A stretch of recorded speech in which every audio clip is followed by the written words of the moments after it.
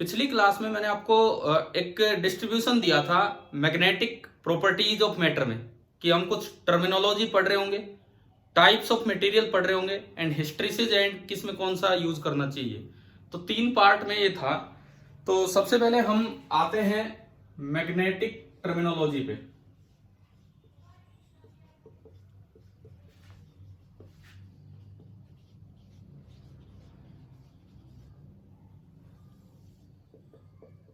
देखिए, आपका टेस्ट कब होगा इसके लिए आप वेट कीजिए मैसेज का, बिकॉज मैं वेट कर रहा हूँ नेट कनेक्टिविटी का। वो आते ही टेस्ट हो जाएगा। आज शाम को नहीं हो पाता है तो कल सुबह तक मैं वेट करूंगा, और तो कुछ नहीं।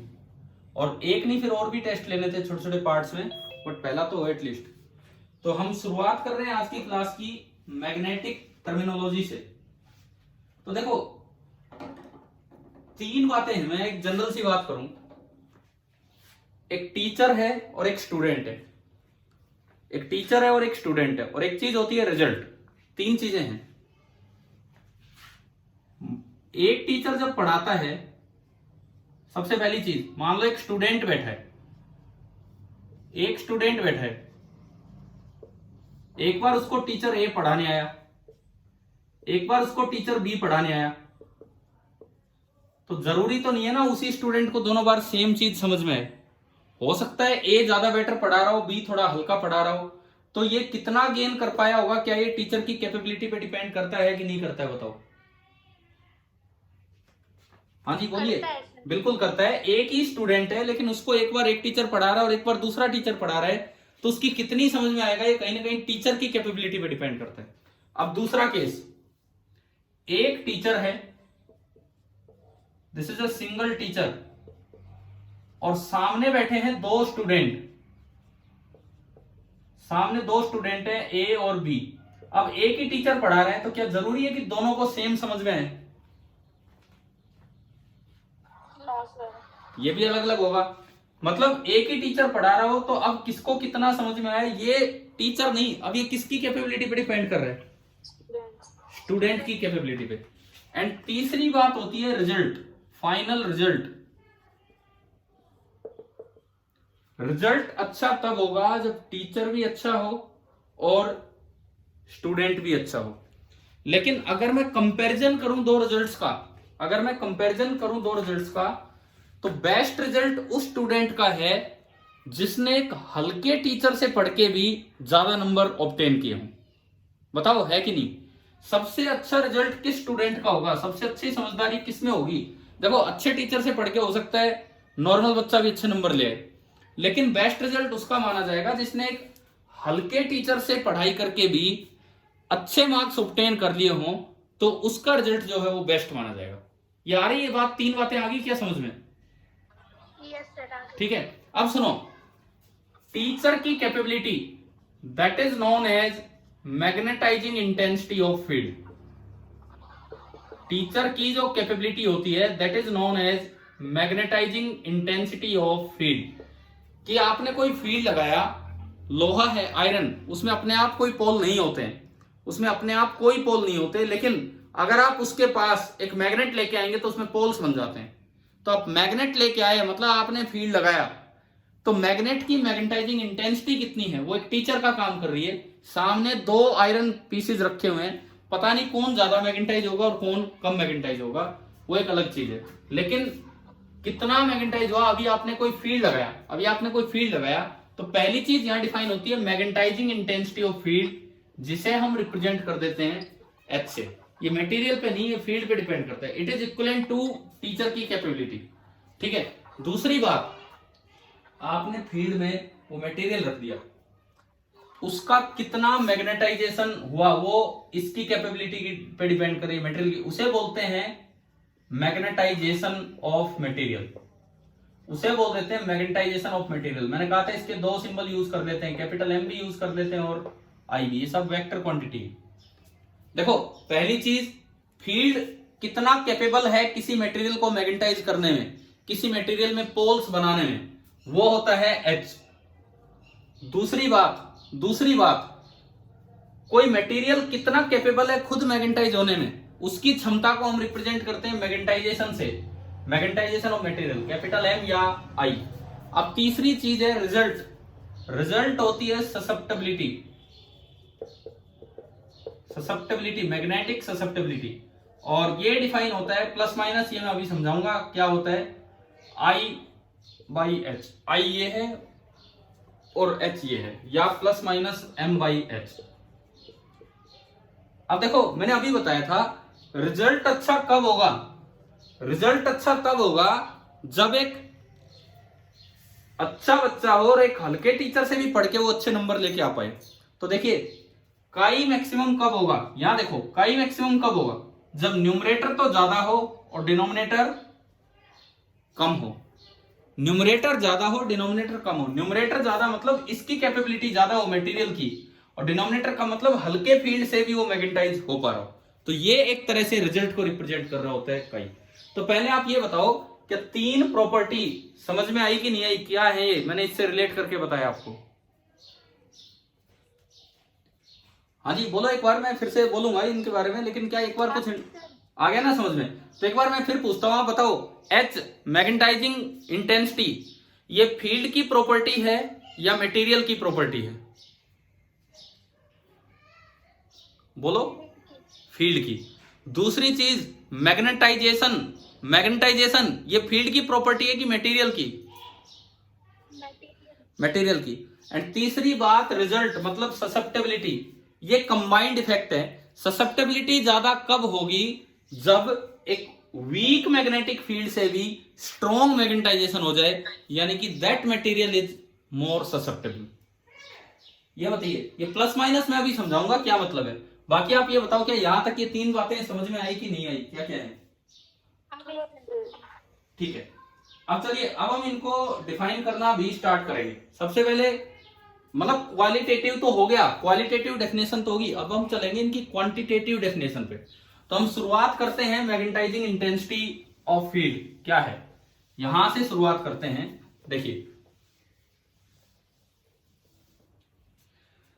सपोज आपने कोई फील्ड लगा रखा है, कोई भी एक मैग्नेटिक फील्ड लगा रखा है जिसकी स्ट्रेंथ है बी, बी नोट बोलता हूं मैं।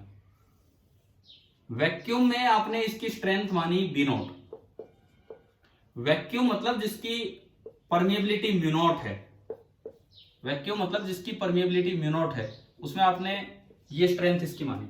अब मैंने बीच में कोई मैग्नेटिक मटेरियल रख दिया जैसे कि आयरन, मैंने यहां बीच में एक मैग्नेटिक मटेरियल रख दिया,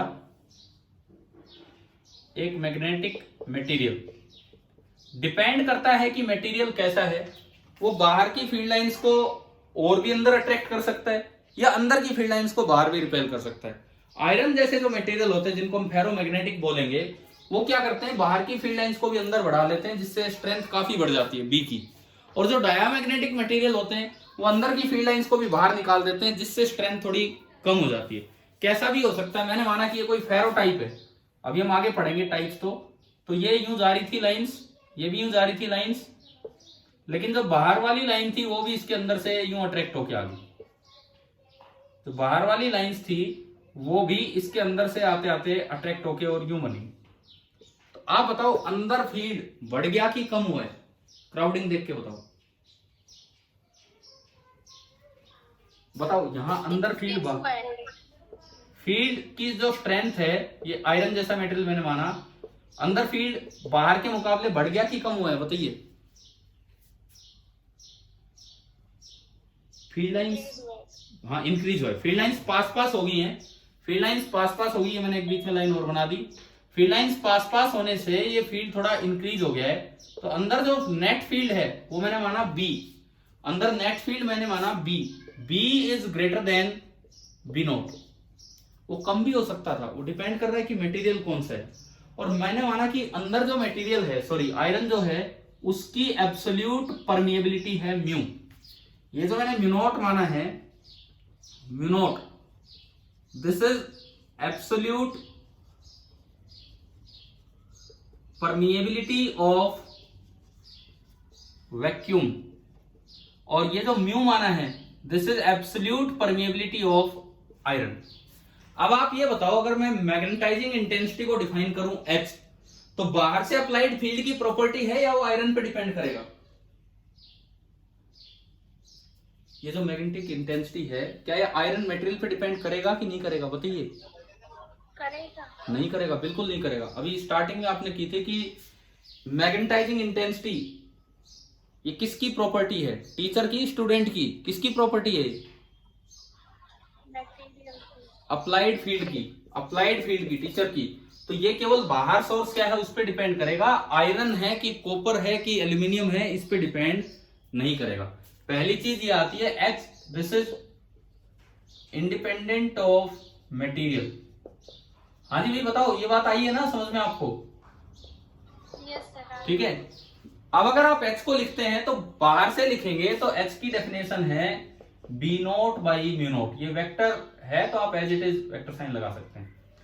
इस तरह से डिफाइन होता है, जो भी बी है उसको म्यू से डिवाइड कर दो, that is B naught by mu naught. लेकिन बाई चांस आप इसको अंदर से भी डिफाइन कर सकते हैं, चाहे ये आयरन पे डिपेंड ना करे परंतु ये इसके बराबर भी होता है, बी बाई म्यू। देखो बी जो है कितना होगा वो आयरन पे डिपेंड कर रहा है, म्यू कितना होगा वो आयरन पे डिपेंड कर रहा है, परंतु बी बाई म्यू जो रेशियो है वो आयरन पे डिपेंड नहीं करेगा।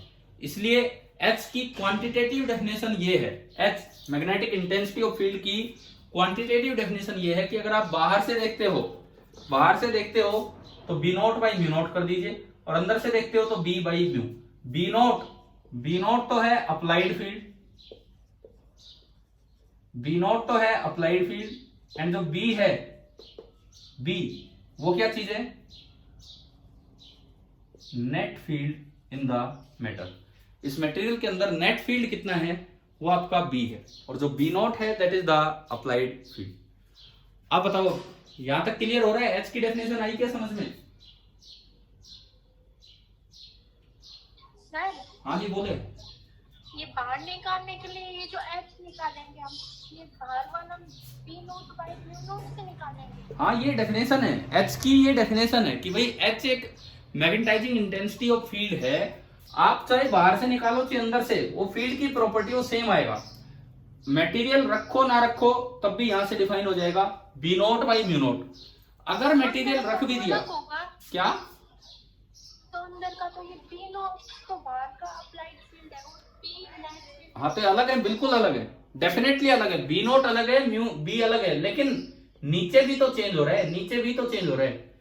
देखो क्या होता है, सुनो, एक वायर है, इसकी रेजिस्टेंस है सपोज कीजिए 2 ओम, मैंने किसी तरह मेजर की, रेजिस्टेंस है 2 ओम।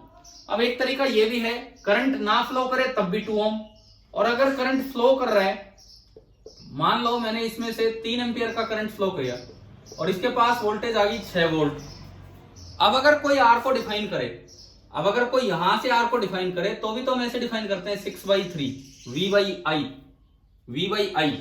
तो जो पहले थी बिना करंट के वही अब आएगी विद करंट, चाहे ऊपर कुछ हो गया हो नीचे कुछ हो गया हो, लेकिन रेशियो सेम होगा। वही बात यहां पे है, आपने मटेरियल नहीं रखा, कोई एक सिंपल फील्ड लगा रखा है, उसकी इंटेंसिटी कितनी है, magnetic field strength divided by mu not in vacuum.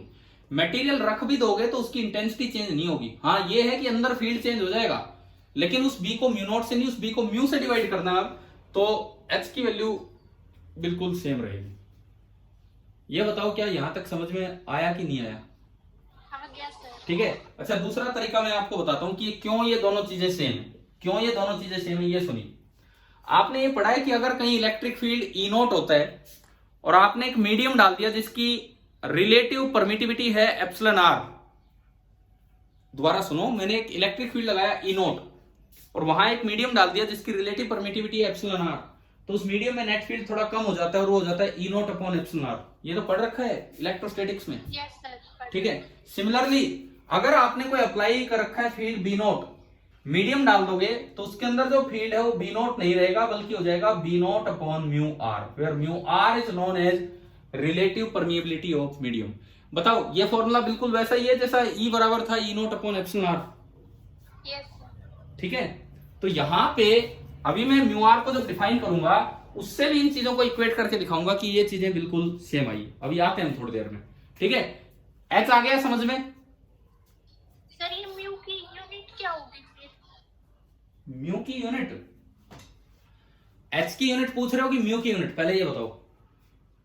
Mu की। म्यू की यूनिट जब भी कभी पूछी जाए आप इससे निकाल लिया करो। क्या आपने मैग्नेटोस्टैटिक्स में एक फॉर्मूला पढ़ा था, force per unit length, mu naught I1 I2 upon 2 पाई R, दो पैरेलल वायर्स के बीच, यस सर। है ना।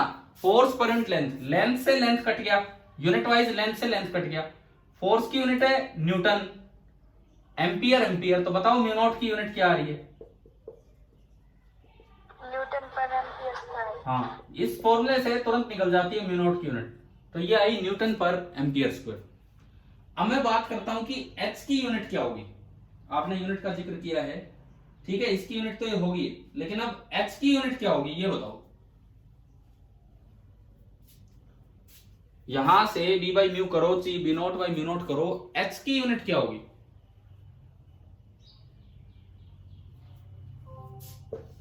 Ampere metre inverse. हाँ सही है, कैसे आई? कैसे आई ये बताओ, बिल्कुल सही है। देखो SI unit of H, SI unit of H, B की यूनिट होती है टेस्ला, और बी नॉट की यूनिट अभी आपने निकाली न्यूटन पर एम्पियर स्क्वायर। तो Tesla ampere square upon Newton, Tesla ampere square upon Newton. अब टेस्ला पर न्यूटन ये मैं कहां से गायब करूं? टेस्ला पर न्यूटन।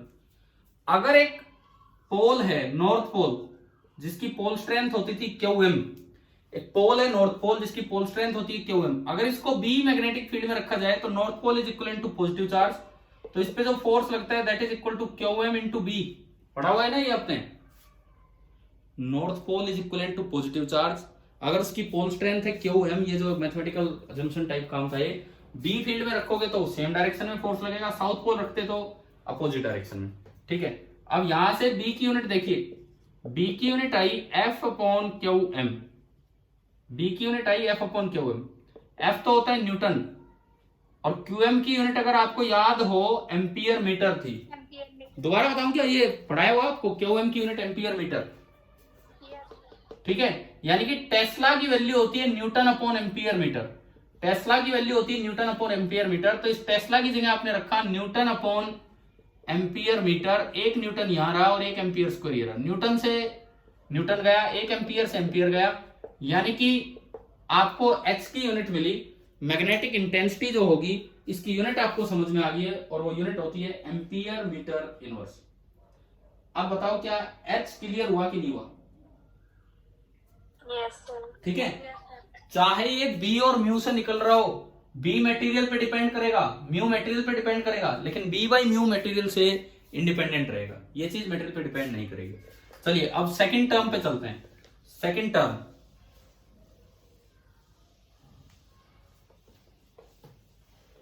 सेकंड टर्म थी मैग्नेटाइजेशन, मैग्नेटाइजेशन ऑफ मटेरियल, जिसको मैंने कहा कैपिटल एम से भी रिप्रेजेंट करते हैं, बट कैपिटल एम से कई बार कंफ्यूजन ये हो जाता है कि वही तो डाइपोल मोमेंट का भी सिंबल देते रहते हैं, वही मैग्नेटिक मोमेंट जो हम लिखते हैं उसमें भी मीना मीना लिखते रहते थे, कैपिटल एम बोलो या आई बोलो। अब इसका मतलब सुनिए क्या होता है, मैग्नेटाइजेशन क्या होता है, किस तरह से डिफाइन किया जाता है। कि कोई भी एक मटेरियल था, this is not a magnet, this is not a magnet, this is a magnetic material, ये मैग्नेट नहीं है, ये एक मैग्नेटिक मटेरियल है। मतलब अभी इसमें कोई पोल नहीं है, लेकिन अगर आप फील्ड लगाओगे तो इसके अंदर पोल बन जाएंगे। ये है, सपोज ये आयरन है, मैं फिर से वही एग्जांपल लेता हूं, आयरन। तो होता क्या है कि आयरन के केस में बाहर तो फील्ड कम है लेकिन अंदर फील्ड ज्यादा हो जाता है। हम अभी देखा ना हमने कि फील्ड लाइंस अंदर बढ़ जाती है, तो अंदर नेट फील्ड बी थोड़ा स्ट्रॉन्ग हो गया। अंदर नेट फील्ड बी स्ट्रॉन्ग होने के दो कारण, ना सॉरी, दो फील्ड आ गए अंदर।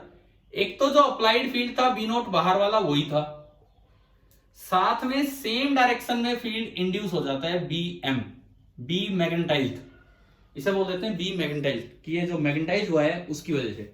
अब ये बताओ, ये बन गया एक मैग्नेट, ये एक मैग्नेट की तरह बन गया।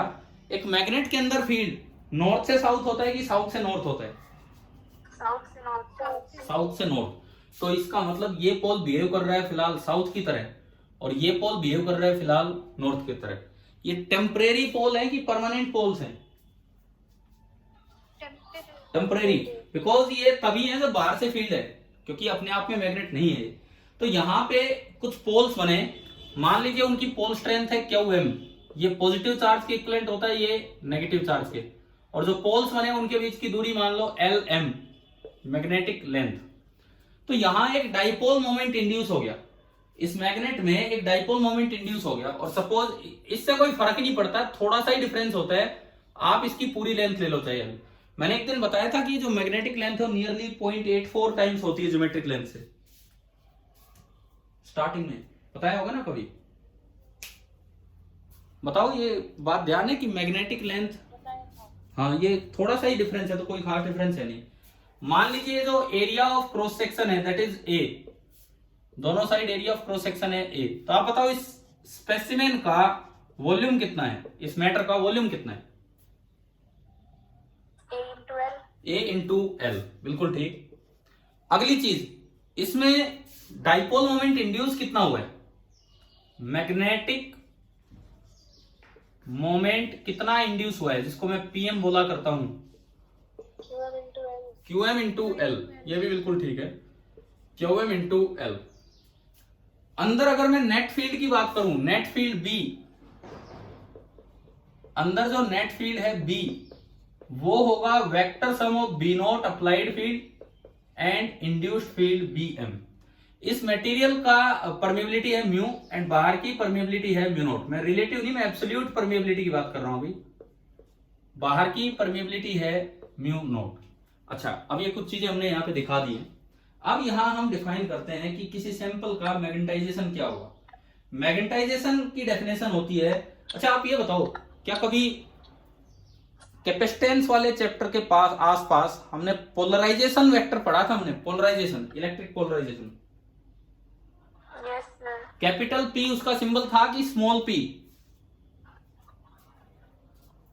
कैपिटल P, स्मॉल p होता है डाइपोल मोमेंट का और कैपिटल P था पोलराइजेशन का। सुनो, मैं डेफिनेशन बोलता हूं, शायद आपको याद आ जाए। पोलराइजेशन को आपने डिफाइन किया था dipole moment induced per unit volume, dipole moment induced per unit volume. बताओ कुछ याद आ रहा है कि नहीं आ रहा है? Yes sir. एक काम करो, क्योंकि यहां हम अब मैग्नेटाइजेशन को डिफाइन करेंगे उसी की इक्विवेलेंट टर्म है, बिल्कुल उसी की इक्विवेलेंट टर्म है। जिस तरह से पोलराइजेशन होता था electric dipole moment per unit volume, उसी तरह मैग्नेटाइजेशन होता है magnetic moment per unit volume. एक काम करो यार, एक बार बुक खोलो, एनसीईआरटी बुक साथ होगी ना आपके? एनसीईआरटी बुक, मैं जो पेजेस बोलूंगा वो आप निकालना। सबसे पहले page number 72, then page number 189, ताकि पता तो रहे कि क्या है क्या नहीं है, इक्विवेलेंट कौन किसका चल रहा है। सबसे पहले आप आओ पेज नंबर 72 पे। पेज नंबर 72 पे वहां देखो इक्वेशन 2.37 नीचे लिखी है, P बराबर काई इंटू E, मिला एक रिलेशन। इससे जस्ट ऊपर वाली लाइन पढ़िए, the dipole moment per unit volume is called polarisation. मिल गया ना ये, dipole moment per unit volume is called polarisation, कि कितना इंड्यूस होता है dipole moment per unit volume को। ठीक है, अब आप आओ पेज नंबर 189 पे। पेज नंबर 189,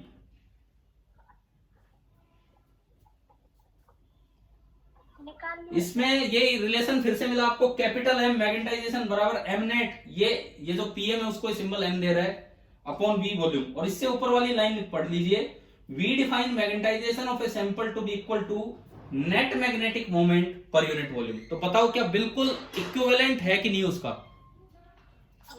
ठीक है, ऐसे पूछा जा सकता है यार, ये match the column type question बना सकते हैं, 4 ऑप्शन भाई रिलेट करो।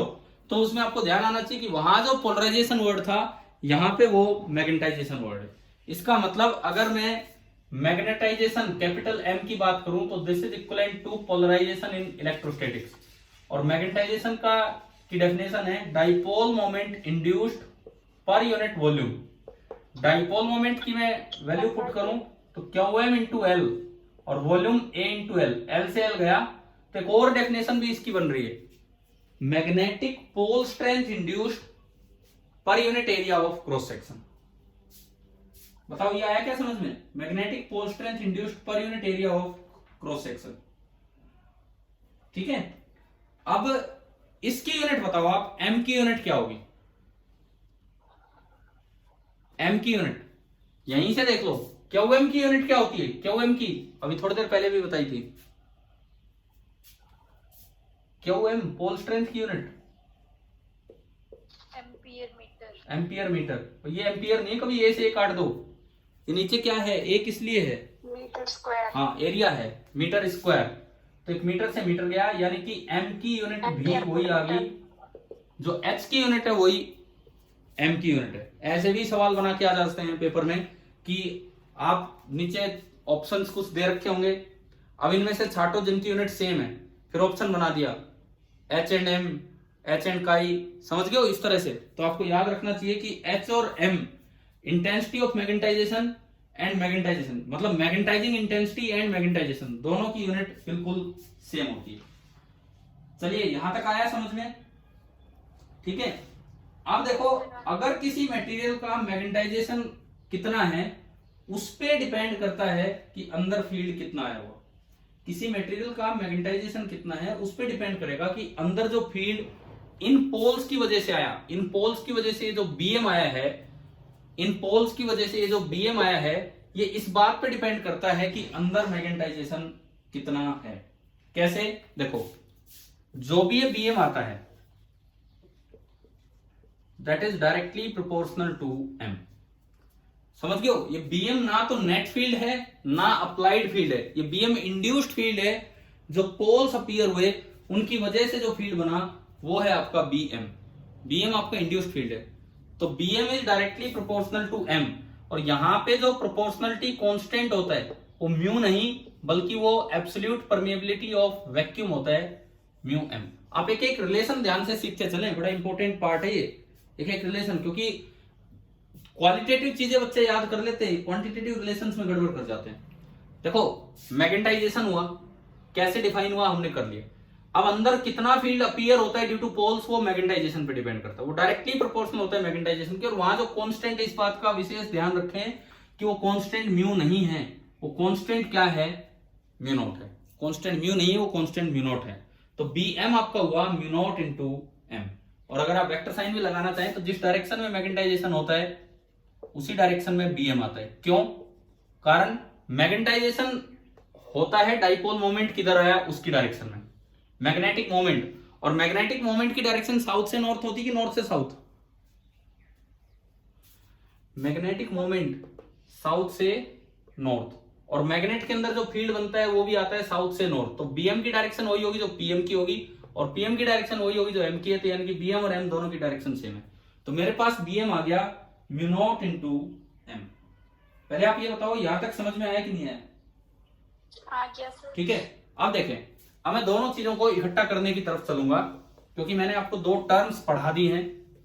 पहली magnetising intensity of field and दूसरा मैग्नेटाइजेशन ऑफ मटेरियल। देखो, इनमें वर्ड लिखने में एक जैसे लगते हैं, मैग्नेटाइजिंग, मैग्नेटाइजेशन, मैग्नेटाइजिंग इंटेंसिटी। आप ध्यान रखना कौन सी प्रॉपर्टी किस चीज की है। अब देखिए, आप सपोज ये बाहर से कोई आपने फील्ड लगाया बी नॉट, इससे इसके अंदर बी नॉट तो आएगा ही आएगा, साथ में कुछ मैग्नेटाइजेशन हुआ, मैंने माना कि सेम डायरेक्शन में हुआ, तो ये बीएम, ये नॉर्थ पोल अपीयर हो गया और ये साउथ पोल अपीयर हो गया, ये नेट बी हो गया। अंदर अगर मैं नेट बी लिखूं, net B this is the vector sum of applied field plus magnetised field. Magnetisation होने से कितना फील्ड आया प्लस ये अप्लाई करने से कितना फील्ड आया। अच्छा, अगर मैं एच को डिफाइन करना चाहूं तो मैंने अभी आपको सिखाया था, एच अंदर से भी डिफाइन हो जाता है, बाहर से भी। बाहर से बताओ एच कितना होगा? बाहर से B naught upon mu naught, और अंदर से एच कितना होगा? B by mu. म्यू है इसकी एब्सोल्यूट परमिएबिलिटी। इसके अलावा एक और रिलेशन हमने पढ़ा, जो बीएम होता है वो डायरेक्टली प्रोपोर्शनल होता है मैग्नेटाइजेशन के, और वो प्रोपोर्शनलिटी कांस्टेंट अभी बताया आपको म्यू नॉट है। तो इसका मतलब मैं बी एम को लिख सकता हूं म्यू नॉट इंटू एम। ये बताइए क्या यहाँ तक चीजें समझ में आ गई हैं क्या आपको? Yes sir. ठीक है, अब देखो। सर हाँ बोलिए। सर ये जो म्यू है इसकी वैल्यू फिक्स होती है? फिक्स नहीं होती, मटेरियल पे डिपेंड करता है। जैसे जैसे कोई हम एप्सिलॉन आर पढ़ते थे पीछे, ऐसे यहाँ म्यू आर भी डिफाइन करेंगे। अभी मैं एप्सिल्यूट की बात कर रहा हूँ, जैसे एप्सिलॉन होता था। फिक्स नहीं होती, वो मटेरियल पे डिपेंड करती है। जब तक मटेरियल फिक्स है, जब तक मटेरियल का टेम्परेचर और फिजिकल कंडीशन चेंज नहीं हो रही है, तो वो म्यू की वैल्यू फिक्स रहेगी। वहां पे एप्सिलॉन आर की वैल्यू फिक्स होती थी। ठीक है, यस सर। ठीक है। अब सुनो, इधर सुनो, इस रिलेशन को आगे बढ़ाते हैं। पहले बी बताओ in terms of H. B को मैं क्या लिख सकता हूं in terms of H? In terms of H में बी को क्या लिख सकता हूं? Mu naught into H. ना, दोबारा सुनो। चलिए, मैं इन्हीं चीजों से इस रिलेशन को आगे बढ़ाता हूं, केवल इन्हीं चीजों से। मैं अगर यहां से बी लिखना चाहूं तो मैं पूछ रहा हूं कि in terms of H, H की वैल्यू क्या है? B by mu. तो बी को मैं क्या लिख सकता हूं?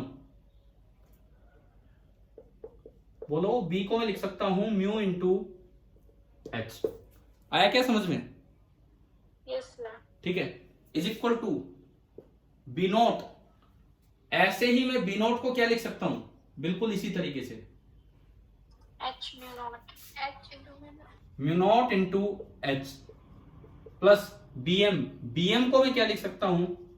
Mu not M. Mu not into M. क्या यहां तक ये चीजें आ गई हैं समझ में? ये सारी की सारी टर्म्स जो हमने लिखी। ठीक है, अब हम इस रिलेशन को अगर आगे बढ़ाएं तो देखिए, अगर एक रिलेशन आपकी बुक में ऐसे मिलेगा, ये तो चलो बी था ही, म्यू नॉट मैंने कॉमन लिया, एच प्लस एम। कैसे भी करके आप ये याद रखो इन रिलेशंस को, कैसे भी करके। ये मैं आपको बुक में बताता हूं। ये पेज नंबर आप देखो 190, page number 190, equation 5.16। Page number 190, equation 5.16। देखिए, क्या ये वाली रिलेशन आपको समझ में आ गई है कि नहीं? बताओ, मिल गई है बुक में? Yes sir. ठीक है, अगर आप यहां से h निकालें तो h आ रहा है, पहले तो b को म्यू नॉट से डिवाइड कर दो और माइनस m। ये देखो, इससे ऊपर वाला रिलेशन मिलेगा 5.15। ये इससे ऊपर वाला रिलेशन है 5.15।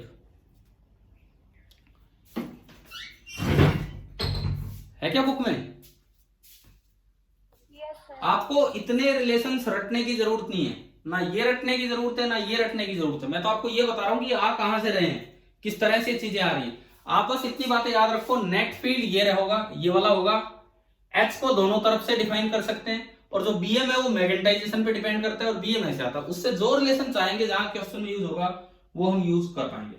चलिए, ये बताओ, इन दोनों टर्म्स में क्या रिलेशन है? क्या वो रिलेट हो गया आपस में? समझ में आया यहां तक? Yes sir. ठीक है, अब मैं चलता हूं तीसरी टर्म पे। तीसरी टर्म है ससेप्टेबिलिटी। मैग्नेटिक टर्मिनोलॉजी पे आज का लेक्चर है, और आज की ये आखिरी टर्म हमारी होगी ससेप्टेबिलिटी। लेकिन 5 मिनट की नहीं, अभी इसमें पूरा समझ रहे हैं हम, टाइम लगेगा इसमें, क्या है क्या नहीं। Third term is magnetic susceptibility, chi m. देखिए, ये रिजल्ट की बात करता है भाई, फाइनल रिजल्ट क्या है। और हमने आपको डिफाइन करवाया था, this is the ratio of M to H. M तो है मैग्नेटाइजेशन ऑफ मटेरियल, और एच है अप्लाइड फील्ड की इंटेंसिटी। मैंने कहा था अच्छा रिजल्ट तब होगा जब एक स्टूडेंट हल्के टीचर से भी पढ़ के और अच्छे नंबर ले आए, वो बेस्ट रिजल्ट है। अगर एक मटेरियल हल्के मैग्नेटिक फील्ड से भी स्ट्रॉन्ग पोल इंड्यूस करवा पा रहा है, तो इसका मतलब वो मैग्नेटिकली ज्यादा ससेप्टेबल है, वो मैग्नेटिक फील्ड को ज्यादा यूज कर पा रहा है। इसीलिए कई ऐसे यूज हो रहा है एम बाई एच। लेकिन बाहर लगेगा एक प्लस माइनस। एक प्लस माइनस क्या बताता है भाई?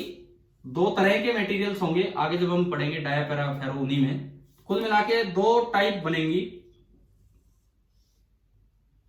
एक वो जिनमें जिधर फील्ड अप्लाई किया है, एक वो जिनमें जिधर की तरफ आपने फील्ड अप्लाई किया है उसी डायरेक्शन में मैग्नेटाइजेशन हो। आपने बी नोट यहां अप्लाई किया है, इसी डायरेक्शन में मैग्नेटाइजेशन हो, मतलब इधर साउथ बने और इधर नॉर्थ बने। और आगे हम पढ़ेंगे एक ऐसे भी मटेरियल होते हैं, डायमैग्नेटिक, उन्हें हम बोल देंगे कि जिस डायरेक्शन में आपने फील्ड अप्लाई किया होगा B naught, magnetisation opposite direction में होगा एम, यानी कि उसमें ये साउथ बनेगा और ये नॉर्थ बनेगा। दो तरह के मटेरियल है।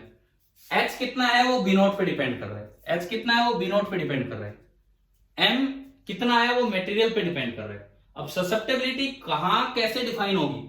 अगर एम की और एच की डायरेक्शन सेम है, अगर एम और एच की डायरेक्शन सेम है तो जो ससेप्टेबिलिटी होगी वो सिंपली क्या हो जाएगी, एम बाई एच। अगर एम की और एच की डायरेक्शन अपोजिट है, अगर एम की और एच की डायरेक्शन अपोजिट है तो जो ससेप्टेबिलिटी होगी, बाई कन्वेंशन उसमें एक माइनस लगाया जाता है और ये वैल्यू होगी माइनस एम बाई एच। अभी बताओ क्या ससेप्टेबिलिटी की डेफिनेशन आ गई है क्या समझ में, क्या होती है? ठीक है। अब आप एक चीज ये बताएंगे, ससेप्टेबिलिटी की यूनिट क्या होगी? ससेप्टेबिलिटी की यूनिट क्या होगी?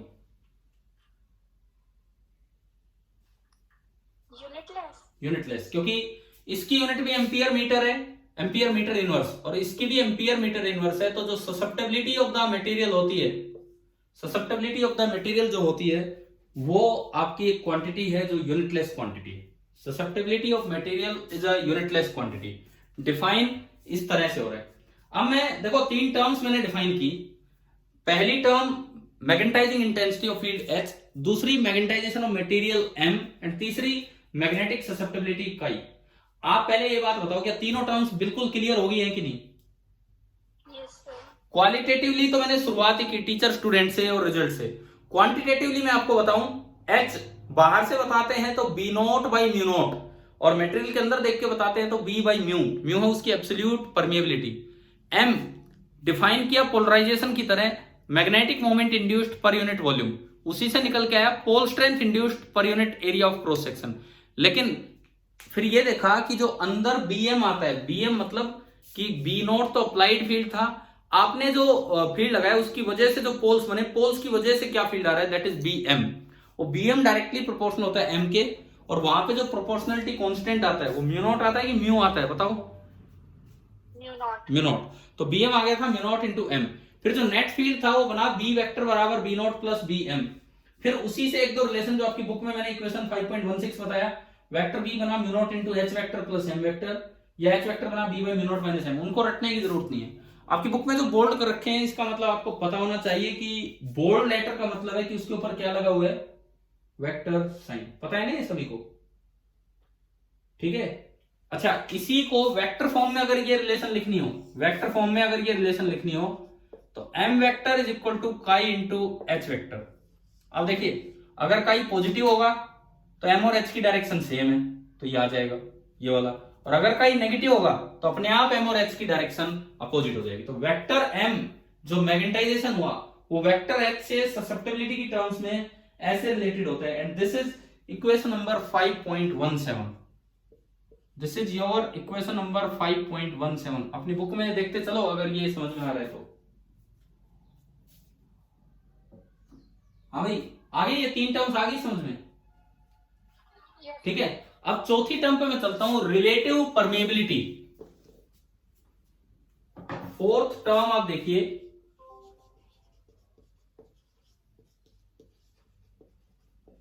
रिलेटिव परमेबिलिटी,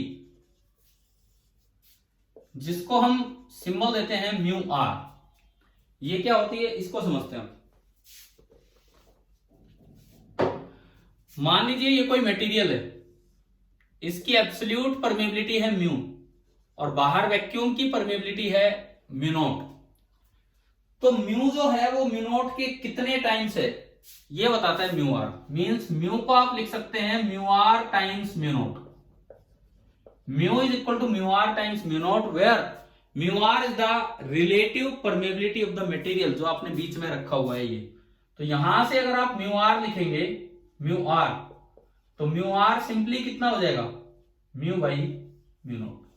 तो relative permeability of a material की यूनिट यूनिट नहीं, डेफिनेशन होगी absolute permeability of medium divided by absolute permeability of vacuum.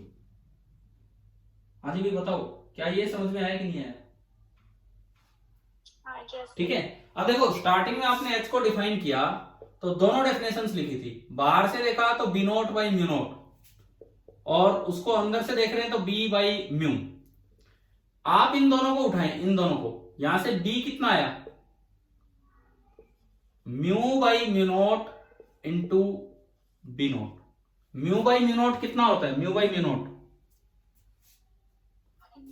Mu R, मतलब जो बी होगा that will be equal to mu R into B naught. अब मैं इसको electrostatic से रिलेट करके दिखाता हूं, सेम यही चीज इलेक्ट्रोस्टैटिक से। देखिए कोई इलेक्ट्रिक फील्ड है ई नोट, कैपेसिटर में आपने देखा अगर आप कोई मटेरियल डाल देते हैं बीच में, डाइलेक्ट्रिक स्लैब डाल देते हैं जिसकी relative permittivity, this is relative permittivity, अगर वो एप्सिलॉन आर है तो बताओ अंदर नेट फील्ड कितना होता था। अंदर जो नेट फील्ड होता था हम लिखते थे ई नोट बाई एप्सिलॉन आर, या डाइलेक्ट्रिक कांस्टेंट भी बोल देते थे। ये याद है कि नहीं ये चीज? ठीक है। ऐसे ही जब आप मैग्नेटिक मटेरियल लेंगे, बाहर से अगर कोई फील्ड बी अप्लाई कर रखा है बी नोट, और उस मटेरियल की रिलेटिव परमिएबिलिटी म्यू आर है, तो यहां जो बी लिखा जाएगा, अभी शायद स्टार्टिंग में मैंने डिवाइड करके लिख दिया था, स्टार्टिंग में बिल्कुल एक इंस्टेंट पे, वो जहां 1/एप्सिलॉन आर है उसकी जगह यहां क्या आ जाएगा, म्यू आर। हमने पढ़ा है ना कि 1/एप्सिलॉन नोट की जगह म्यू नोट आता है फॉर्मूला में, 1/4 पे एप्सिलॉन नोट की जगह म्यू नोट अपॉन 4 पाई। तो ऐसे ही 1/एप्सिलॉन आर की जगह जो अंदर फील्ड बनेगा वो mu R times B naught हो जाएगा। ये बात भी याद रखना, अगर किसी अप्लाइड फील्ड ई नोट में, इलेक्ट्रोस्टैटिक्स की मैं बात कर रहा हूँ, इलेक्ट्रिक फील्ड की, अप्लाइड फील्ड ई नोट में आपने कोई मटेरियल रखा जिसकी परमिटिविटी एप्सिलॉन आर है रिलेटिव, तो अंदर नेट फील्ड होता है E naught by epsilon R, लेकिन यहां अंदर नेट फील्ड हो जाएगा B magnetic field mu R into B naught, divide नहीं उसे मल्टीप्लाई करना होता है। चलो ये बातें आ गई समझ में? ठीक है। अब ये 3-4 टर्म्स होने के बाद एक वो काम जो इलेक्ट्रोस्टैटिक्स में भी किया था वही काम यहां दोबारा करेंगे। Relation between mu R and chi, ये वाला रिलेशन। अच्छा, इलेक्ट्रोस्टैटिक्स में मैंने ये रिलेशन आपको दो तरीके से पढ़ाया था, अगर आपको थोड़ा याद आए तो। एक बार माना काई को डायमेंशनलेस, एक बार माना था कि काई के डायमेंशंस हैं। हाँ भाई, थोड़ा याद है क्या या बिल्कुल याद नहीं? बताओ। एक बार मैं जो आपसे पूछ रहा हूं उस बात का जवाब दीजिए। मैंने जब इलेक्ट्रोस्टैटिक्स में ये पार्ट पढ़ाया तो आपको दो रिलेशंस बताए थे, एक बार काई को डायमेंशन लेस माना था और एक बार काई के डायमेंशंस मान लिए थे। नहीं आ रहा ध्यान?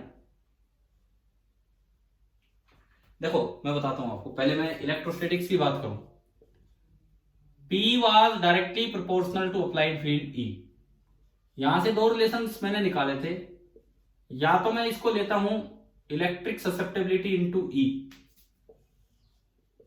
या फिर हमने लिया था epsilon naught into electric susceptibility into E। इसमें तो इसके डायमेंशंस थे और यहां पे इसको एक डायमेंशन लेस बना दिया था। कुछ याद है क्या? बताओ, थोड़ा बहुत भी ध्यान आ रहा हो तो। तो इस केस में जो ये वाला जो केस है, इसमें जो रिलेशन आया था वो आया था chi is equal to epsilon naught into epsilon R minus 1, और ये वाला जो रिलेशन था यहाँ पे आया था chi is equal to epsilon R minus 1। कोई बात नहीं, क्या आपने ये तो, बल्कि यार बहुत दिन पुराना काम नहीं है, पोलराइजेशन शुरू में छूट गया था तो हमने बाद में ये चीज कवर की थी, शायद सेकंड यूनिट पढ़ रहे थे उसके बाद रिवीजन टाइम में, है ना? ध्यान है ये चीजें इस तरह से? ठीक है। अब मैं आता हूं हमारे म्यू आर और काई के रिलेशन पे। आप बताओ यहां पे काई कैसे डिफाइन किया है? डायमेंशनलेस तरीके से डिफाइन किया है कि डायमेंशनल? कैसे डिफाइन किया काई को? अभी जो हमने आज काई डिफाइन किया वो आपको ध्यान आ रहा होगा, डायमेंशनलेस डिफाइन किया है। तो डायमेंशनलेस डिफाइन करोगे तो ये वाला रिलेशन होगा, it means chi M is equal to epsilon R की जगह वहां म्यू आर होता है और म्यू आर माइनस 1। आज जो डेफिनेशन है उसके अकॉर्डिंग ये रिलेशन बनना चाहिए। मैं एक बार फिर से याद दिलाऊं, इलेक्ट्रिक पोलराइजेशन जो है वो इलेक्ट्रिक फील्ड पे ऐसे डिपेंड करता है। आप उसको यूं भी लिख सकते हैं, आप उसको यूं भी। मैंने आपको याद है, मैंने एम्स में आया हुआ क्वेश्चन करवाया था, इस पे एक न्यूमेरिकल करवाया था आपके किसी टेस्ट में, किसी सीपीपी में, इन रिलेशंस पे इस तरह का करवाया था ना, थोड़ा याद आ रहा होगा तो हाँ तो ठीक है। अब देखो, अगर ये वाला रिलेशन लेके चलते हो तो इलेक्ट्रिक ससेप्टिबिलिटी डायमेंशन होती है उसकी, तो उसमें ये रिलेशन आता है। ये पढ़ते होते डायमेंशन लेस है तो उसमें ये। आज हमने जैसे मैग्नेटिक ससेप्टिबिलिटी को डिफाइन किया, वो डायमेंशन लेस है, तो यानी कि म्यू आर और काई में क्या रिलेशन होना चाहिए, ये रिलेशन होना चाहिए। आपकी एनसीईआरटी बुक में मैग्नेटोस्टैटिक्स में तो ये वाला रिलेशन है और इलेक्ट्रोस्टैटिक्स में ये वाला रिलेशन है, परंतु दोनों चलते हैं, ये भी चलता है ये भी चलता है, डिपेंड करता है कि आप क्या यूज करके चल रहे हैं। और मैंने कहा था फाइनल रिलेशन तो ये है, चाहे आप काई की यहां ये वैल्यू पुट करो, चाहे आप काई की यहां ये वैल्यू पुट करो, फाइनल रिलेशन ये होता है P is equal to epsilon naught into epsilon R minus 1 into E. Final relation ये होता है, चाहे आप इसको बोलिए चाहे आप इसको बोलिए, ये यूज करोगे तो काई कितनी वैल्यू, ये यूज करोगे तो काई कितनी वैल्यू, लेकिन फाइनल रिलेशन ये है। अब मैं उधर चलता हूं उस रिलेशन की तरफ।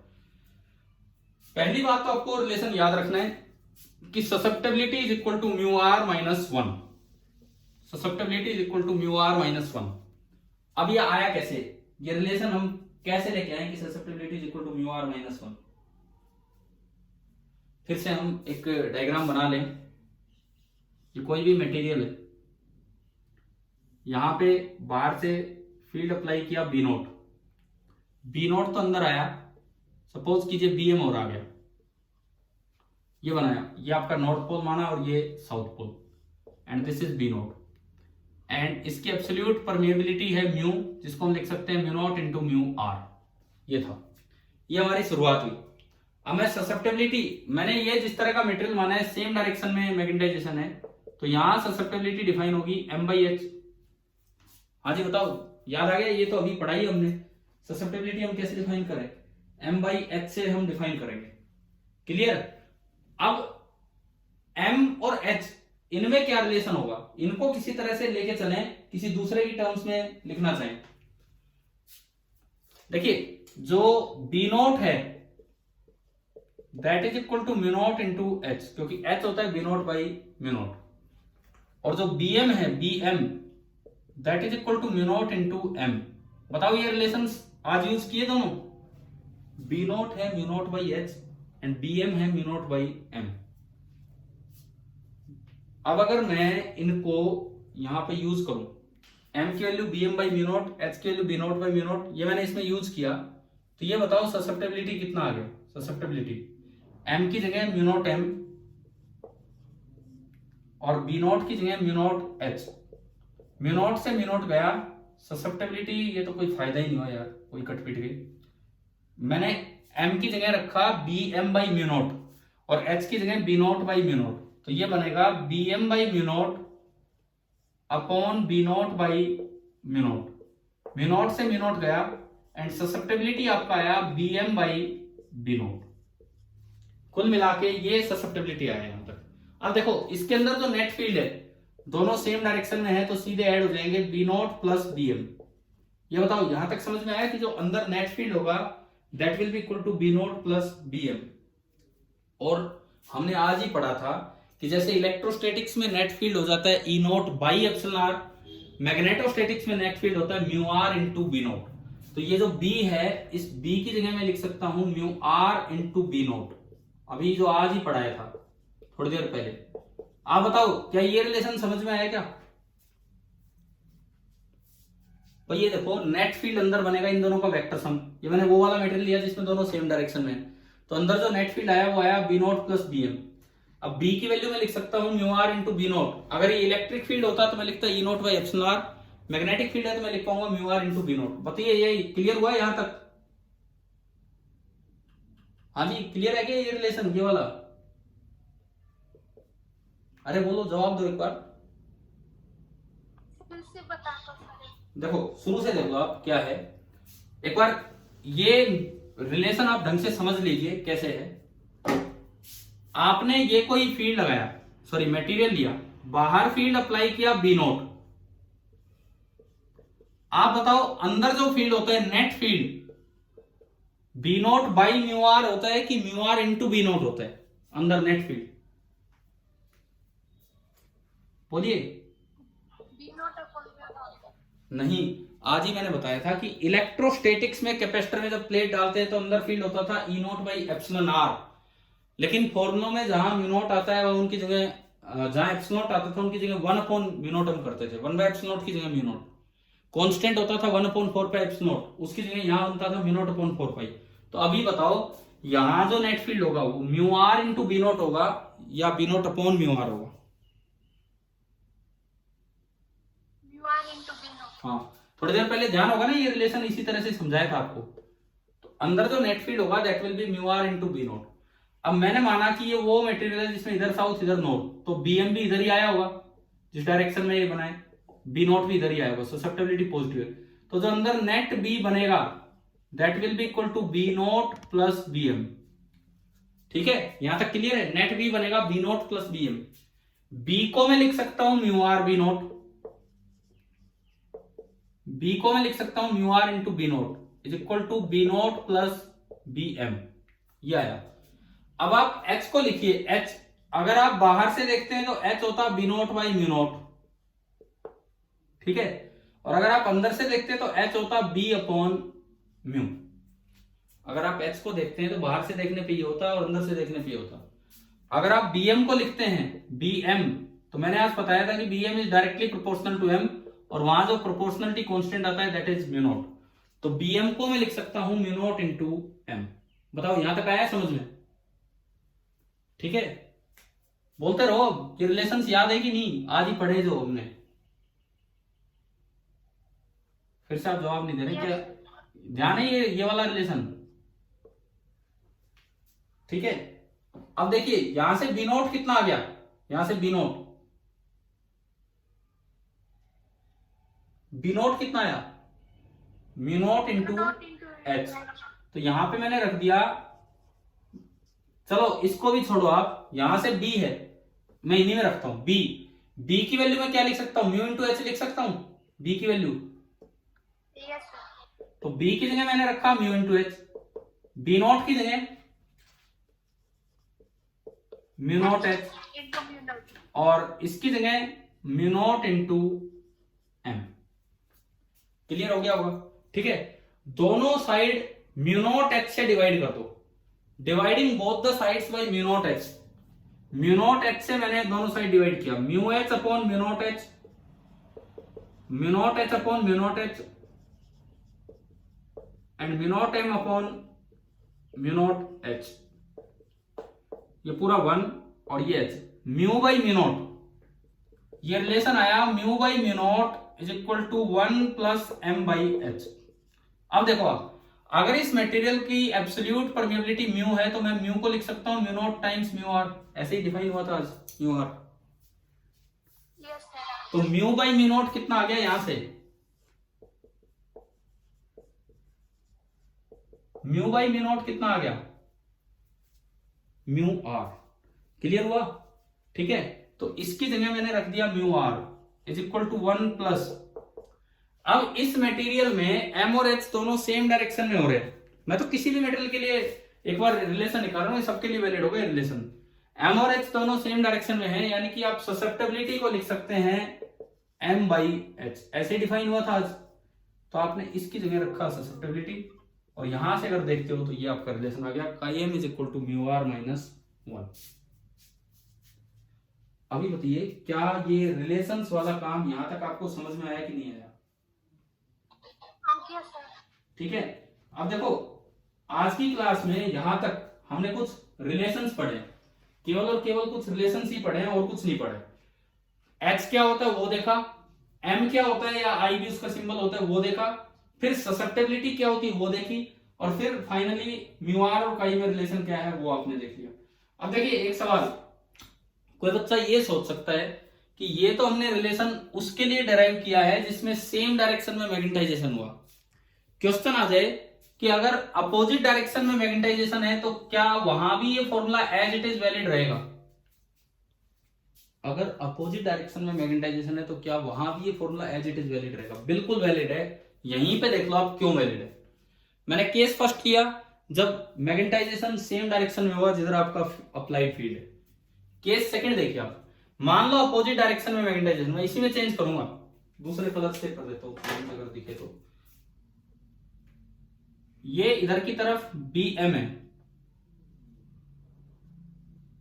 आज एक 11th का बच्चा बोल रहा था, बोल सर कलर तो डिस्टिंग्विश ही नहीं होते हैं अगर आप अलग कलर भी यूज करते हो तो। कलर नहीं पता लगता अगर कोई दूसरा यूज कर रहा हूं तो? दिख रहा है पर इतना नहीं। चलो कोई बात नहीं, ठीक है छोड़ो। ये साउथ है, ये नॉर्थ है, उल्टा मैग्नेटाइजेशन हुआ। अगर अपोजिट डायरेक्शन में मैग्नेटाइजेशन होगा तो वेक्टर बी था, vector sum of B note and BM। जब दो वेक्टर अपोजिट डायरेक्शन में होंगे तो ऐड करना पड़ेगा कि सब्ट्रैक्ट करना पड़ेगा नेट रिजल्टेंट निकालने के लिए?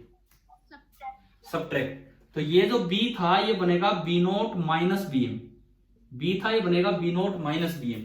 लेकिन एक और भी बदलाव हो जाएगा। अब जो ससेप्टेबिलिटी है, हमने ससेप्टेबिलिटी दो तरह से डिफाइन की थी, प्लस माइनस M/H। इस केस में बताओ प्लस M/H होगी कि माइनस M/H? अब देखो ये सारा सेम चलेगा, ये माइनस है, ये सेम चला, ये माइनस है, ये सेम चला, ये माइनस है, तो इसको प्लस तो बाहर रख लो और माइनस इसके साथ। और माइनस M/H को मैं क्या लिख सकता हूं? ससेप्टेबिलिटी। तो ये यहां पे फिर आ गया। तो आप बताओ क्या ये सेम फॉर्मूला वैलिड है कि नहीं दोनों तरह के मटेरियल्स के लिए? ठीक है। आप जब अपनी नोट्स कॉपी में थोड़ा बनाए लिखे, अगर लिख भी लिया हो या लिखो, तो ये वाला जब हेडिंग डाले कि relation between mu R and chi m, तो इसमें एक तो ये लिख देना अजम्पशन की काईएम इज यूनिटलेस, क्योंकि ये वाला रिलेशन तब बनता है जब ये यूनिटलेस हो, नहीं तो वो दो रिलेशंस होते हैं। दूसरा इसमें पढ़ने की जरूरत नहीं है क्योंकि एनसीईआरटी में यही वाला दिया हुआ, तो आप यही याद रखें।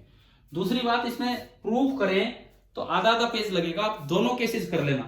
केस फर्स्ट कि M cap is equal to H cap, and case second, हाँ केस सेकंड अलग से कर लेना कि M कैप और H कैप साथ साथ लिख लेते हो क्या ये चीजें?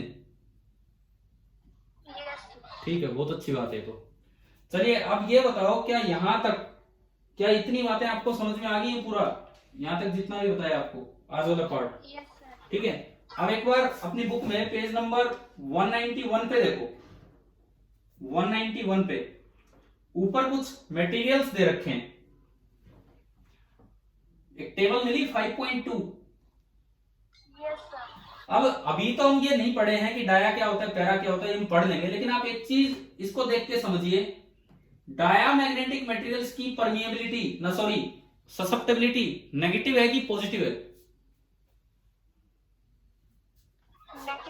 नेगेटिव का क्या मतलब है कि क्या डायामैग्नेटिक मटेरियल में सेम डायरेक्शन में मैग्नेटाइजेशन होता है कि अपोजिट डायरेक्शन में?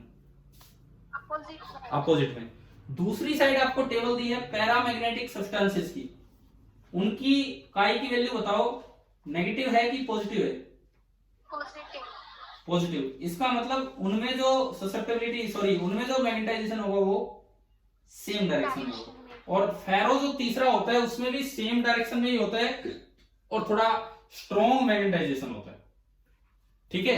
अच्छा एक और चीज, अब अगर मैं आपसे ये पूछूं म्यू आर की वैल्यू किन मटेरियल्स में लेस देन 1 होगी और किन मटेरियल्स में ग्रेटर देन 1, डाया और पैरा की मैं कंपैरिजन कर रहा हूं, म्यू आर की वैल्यू किन मटेरियल्स में लेस देन 1 होगी और किन में ग्रेटर देन 1? आप यहां से देखो, यहां म्यू आर का फॉर्मूला क्या बन रहा है?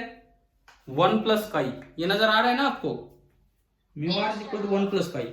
अगर ये काई नेगेटिव है तो ये 1 से छोटा हो गया, और अगर ये काई पॉजिटिव है तो ये 1 से बड़ा हो गया। तो मेरा अगला सवाल, डायामैग्नेटिक मटेरियल्स में म्यू आर की वैल्यू लेस देन 1 होती है कि ग्रेटर देन 1? Less than 1।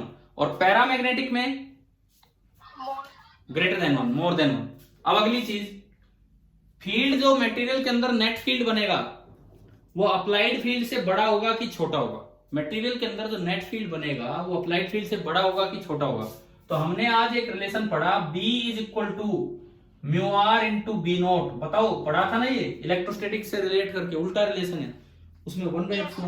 तो अब देखिए डाया की मैं बात कर रहा हूं, डाया के लिए काई नेगेटिव तो mu are is less than 1, 0.6, 0.7, और एक लेस देन 1 नंबर से मल्टीप्लाई करोगे तो बी नोट से कम होगा कि ज्यादा होगा? कम होगा। इसका मतलब डायामैग्नेटिक मटेरियल्स के अंदर फील्ड थोड़ा कम हो जाता है जितना बाहर फील्ड अप्लाई किया उससे। इसका मतलब डायामैग्नेटिक मटेरियल्स के अंदर क्राउडिंग ऑफ फील्ड लाइंस बढ़ेगी कि कम होगी? क्राउडिंग ऑफ फील्ड लाइंस बढ़ेगी कि कम होगी? कम होगी। कुछ लाइंस को एक्सपेल कर देगा, बाहर निकाल देगा। अगर मैं पैरा की बात करूं, पैरामैग्नेटिक तो उसमें देखा ये पॉजिटिव, तो म्यू आर ग्रेटर देन 1, तो B is greater than B not. अंदर फील्ड थोड़ा स्ट्रॉन्ग हो गया तो बताओ क्राउडिंग बढ़ेगी कि कम होगी? इंक्रीज होगी। ये हम कर क्या रहे हैं? कल की तैयारी कर रहे हैं, कल की क्लास की तैयारी कर रहे हैं। मतलब मैं ये कह रहा हूं कि रिलेशन वाली क्लास आप ढंग से अटेंड करके रखें, ताकि कल वाली क्लास में डाया पैरा फेरो जब चले तो फटाफट आपको समझ में आए कि क्या है और क्या नहीं है। ठीक है सर? हाँ जी। आपने एचसीवी के डाउट बोले थे, एचसीवी और एनसीईआरटी के, तो उसके डाउट्स कब लोगे? तो आपने वो मैसेज ही नहीं किए ना, मैंने कहा कि आप मैसेज कर दो और इनके समझ भी नहीं आता है। क्या क्या कह रहे हो? व्हाट्सएप पे समझ में नहीं आता है अच्छी तरह से। नहीं, फिर मैं ये भी कहता हूँ व्हाट्सएप पे मुझे कई बार लगता है कि टाइप करने से नहीं होगा, तो मैं ये कह देता हूँ आप कॉल कर लीजिए, कॉल कीजिए और फिर मैं उस पर समझा दूंगा। या फिर एक ऐसा होगा यार, आप कुछ डाउट्स भेजिए, मैं फिर उसकी एक रिकॉर्ड करके आपको क्लास की तरह भेज दूंगा। और तो क्या हो सकता है बताओ, किस तरह से डाउट्स लें? या एक क्लास में डाउट्स लेने हैं, क्लास लगा के और आपसे डिस्कशन करवाना है इसे। अगर आप क्लास की जगह क्लास की तरह चाहते हैं तो एक काम ये कीजिए, क्लास की तरह चाहते तो भी अपने डाउट्स आप व्हाट्सएप पे भेज दीजिए, और मैं फिर सुबह वाली क्लास में पहले डाउट्स ही ले लूंगा, क्योंकि टेस्ट तो अभी आज तो नेटवर्क ही नहीं आ पा रहा है। टेस्ट तो बना पड़ा है बट नेटवर्क तो आ नहीं रहा है, तो उसके बाद हम लेंगे। ठीक है, तो आप लोग लेकिन डाउट्स तो भेजिए कि भाई क्या डाउट्स हैं क्या नहीं है, अर्थ मैग्नेटिज्म और उनसे रिलेटेड। चलो ठीक है, फिर आगे हम कल कंटिन्यू करते हैं अपनी क्लास को।